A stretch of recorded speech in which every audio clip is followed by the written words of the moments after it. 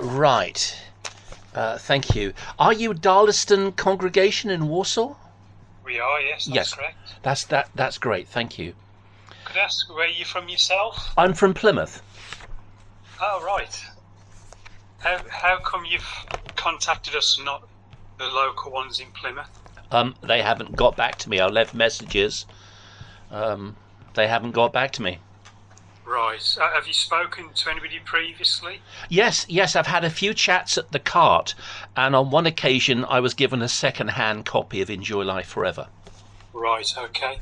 And have you requested a visit to your home or off the website? Well, no, I don't want that. I would be worried about immunity levels. Right, okay. Yes. That's no problem. Yes. So did you say your name was Robert? Yes, my name's Robert, sir, yes. Oh, right, well, my name's Robert as well, believe it or not. Okay. Okay. It's Enjoy Life Forever, Lesson 13, Paragraph 2 that puzzles me. If you would be able to help, I would be very grateful. No problem. And I will have to go in about 10 minutes into the kitchen to just get a baked potato. I hope you don't mind. No problem at all. I'll just be a break of about a minute, and then I'll eat it while we're talking. Okie doke. The paragraph on page 55, lesson 13, paragraph 2. Shall I read it, or do you want to read it? I have read it already, because when you gave me the reference, I had read it. So what in particular is it that you're not sure about?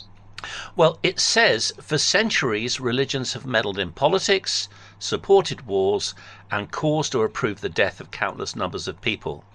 Some religious leaders enjoy a lavish lifestyle and demand money from their followers to pay for it. These actions prove they do not even know God, yet alone have the right to represent him. Is the book saying that any religion that is involved in politics or any religion that's involved in warfare, they can't represent Jehovah? Is that what the book is saying?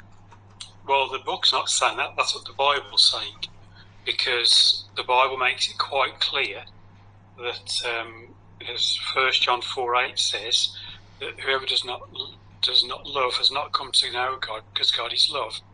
So if we believe that in the kingdom that Jesus taught us to pray for, the kingdom of God, and his disciples, he gave them the direction not to take the sword. Remember when one of his disciples tried to defend him, and he said to him, whoever takes the sword will die by the sword. And from that point onwards, none of his followers got involved with any warfare, or following his example. When they came to make him king on earth, he withdrew. He said his kingdom was not from this source.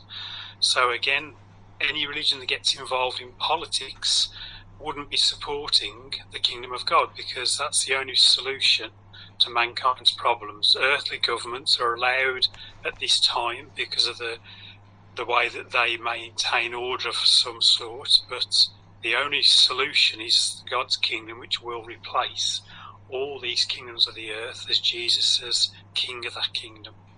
Does that answer your question? No, not at all. You would need to make one single point rather than multiple points. Right. I can't follow multiple points. Okay. And you've made a lot of statements, but you've not really proven anything. So are you saying that a religion that's involved in politics or warfare can't represent Jehovah? Well, from the scriptures that you know, because obviously I get you've read the scriptures, do you feel anybody who is involved in war could represent a God of love? Please, I asked you a question. You're asking me a question back. Because I just want to know the reason why you're asking that question, because to me that question is quite straightforward. If you have a knowledge of the Bible and a love of God, you would know the answer to that question without having to ask it.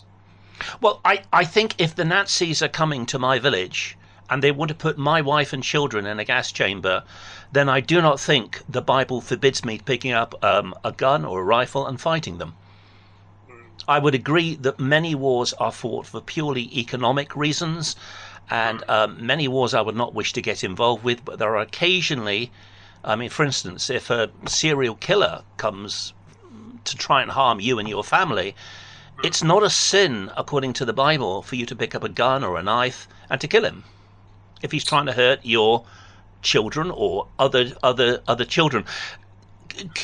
When we speak, could we just deal with one single thing at a time? It's difficult for me to understand. One of the awakes, because I've been on your website, jw.org.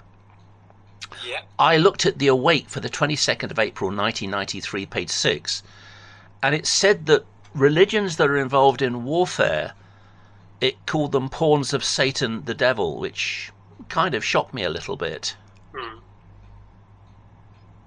So would any religion that's involved in politics be a pawn of Satan the devil?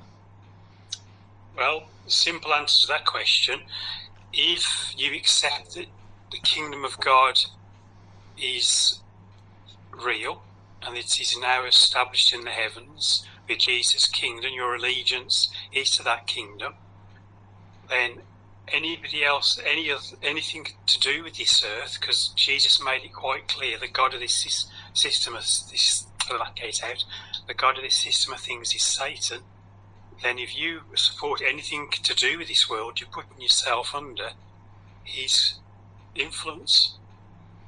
So any religion that supports politics or gets involved in politics is denying their allegiance to the kingdom of God, because that is the only solution to this world's problems, which will very soon replace all earthly governments by removing them.